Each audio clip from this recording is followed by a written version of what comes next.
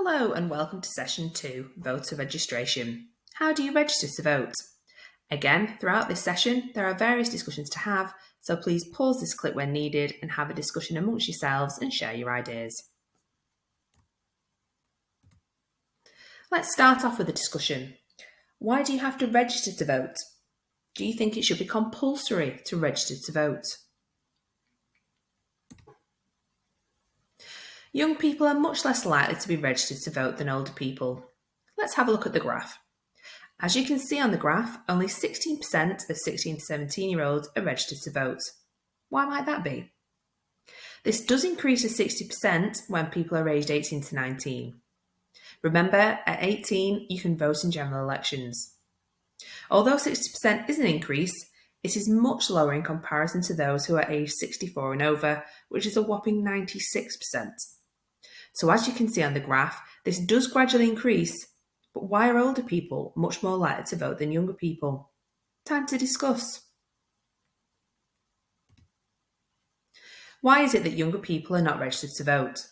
During your discussion, you may have come up with some of these reasons why young people don't register to vote. One reason might be due to private renting.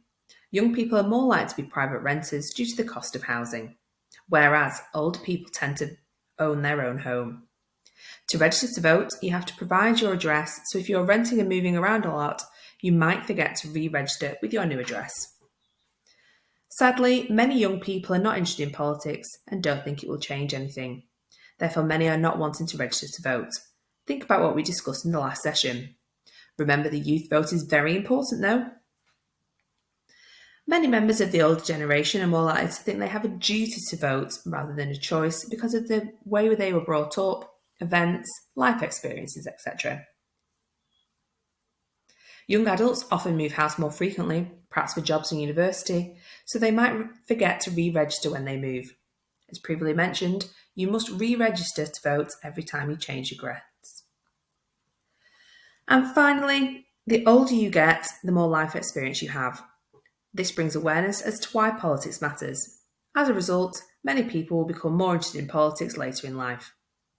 However, despite being younger, it's still important to register to vote.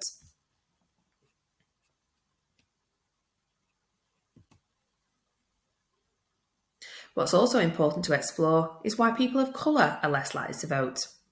As you can see on the graph, there are more white people registered to vote than other ethnicities. Time to discuss. Why are people of colour less likely to register to vote than white people? What reasons can you think of?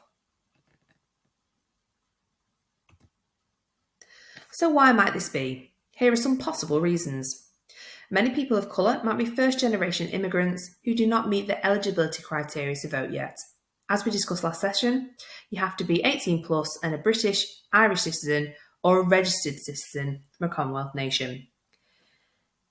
If this applies to you, there are still other ways to get involved with the upcoming general election. Some people may be living on low incomes or in rented housing. Again, if you are renting, you are more likely to move around and therefore might forget to re-register using your new address. And finally, for some, English may be a second language, and therefore they may not understand how to register or UK politics itself. All information is available in a variety of languages on the government and voting websites. Again, it is important that people of colour do register to vote in order to ensure that the election result is fully representative of the entire population of the United Kingdom. Okay, time for a discussion. We've now explored some of the reasons why young people may not register to vote, but what might encourage someone to change their mind and choose to register to vote?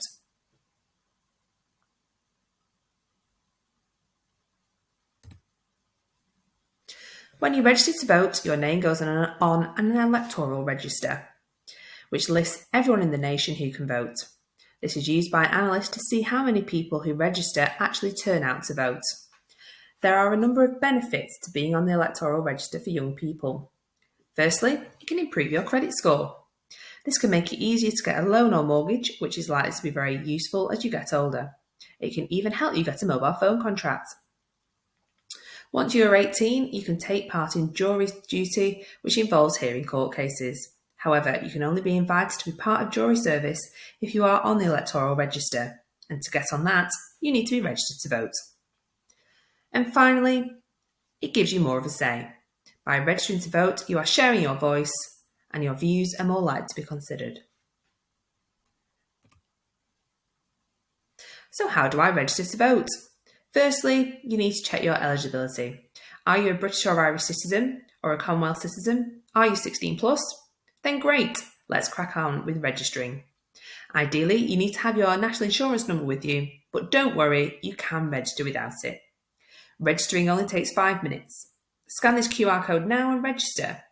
Can you register in less than 5 minutes? Here is a quick video to show you what the website consists of if you need it.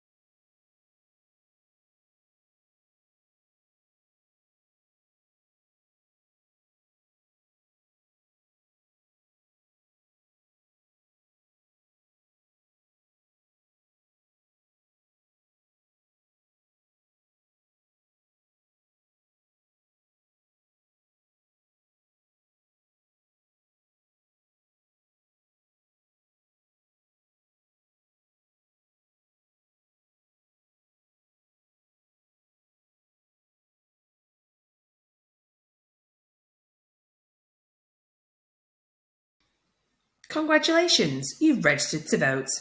You can now vote in the upcoming general election. How exciting! Who else can you tell about registering to vote? Think of 5 people you can remind or encourage to register to vote. This might be family members, friends, or members of your community. Tell them the importance of registering to vote. Thank you for registering to vote. See you soon for session 3, where we will explore voter ID.